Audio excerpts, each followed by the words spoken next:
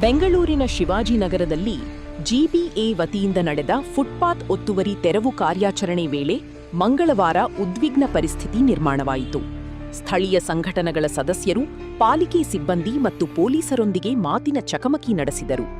JCB ಬಳಸಿ footpath ಅತಿಕ್ರಮಣಗಳನ್ನು ತೆರವುಗೊಳಿಸುವ ಕಾರ್ಯಕ್ಕೆ ಸಿಬ್ಬಂದಿ ಮುಂದಾದಾಗ ಸ್ಥಳೀಯ ಸಂಘಟನೆಗಳ ಕಾರ್ಯಕರ್ತರು ಅಡ್ಡಿಪಡಿಸಿದರು.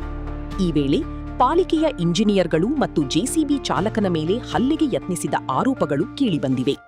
ಒಬ್ಬ ಪಾಲಿಕೆ ಸಿಬ್ಬಂದಿಯ ಮೇಲೆ ಹೆಲ್ಮೆಟ್ನಿಂದ ಹಲ್ಲೆ ಮಾಡಲು ಪ್ರಯತ್ನಿಸಲಾಯಿತು ಎಂದು ಪಾಲಿಕೆ ಸಿಬ್ಬಂದಿ ತಿಳಿಸಿದ್ದಾರೆ. ಅಲ್ಲದೆ ಜೆಸಿಬಿ ಚಾಲಕನ ಮೇಲೆ ಪೆಪ್ಪರ್ ಸ್ಪ್ರೇ ಮಾಡಲಾಯಿತು ಎಂದು ಅವರು ಆರೋಪಿಸಿದ್ದಾರೆ. ಪರಿಸ್ಥಿತಿಯನ್ನು ನಿಯಂತ್ರಿಸಲು ಸ್ಥಳದಲ್ಲಿದ್ದ ಪೊಲೀಸರು ಮಧ್ಯಪ್ರವೇಶಿಸಿದರು. ಹಲ್ಲೆ ಯತ್ನದ ಆರೋಪದ ಮೇಲೆ ಓರ್ವ ವ್ಯಕ್ತಿಯನ್ನು ವಶಕ್ಕೆ ಪಡೆಯಲಾಗಿದೆ. ಉದ್ವಿಗ್ನ ಪರಿಸ್ಥಿತಿಯಿಂದಾಗಿ ಕಾರ್ಯಾಚರಣೆಯನ್ನು ತಾತ್ಕಾಲಿಕವಾಗಿ ನಿಲ್ಲಿಸಲಾಗಿದೆ. ಹೆಚ್ಚಿನ ವಿಚಾರಣೆಗಾಗಿ ಪಾಲಿಕೆ ಸಿಬ್ಬಂದಿ ಕಮರ್ಷಿಯಲ್ ಸ್ಟ್ರೀಟ್ ಪೊಲೀಸ್ ಠಾಣೆಗೆ ತೆರಳಿದ್ದಾರೆ.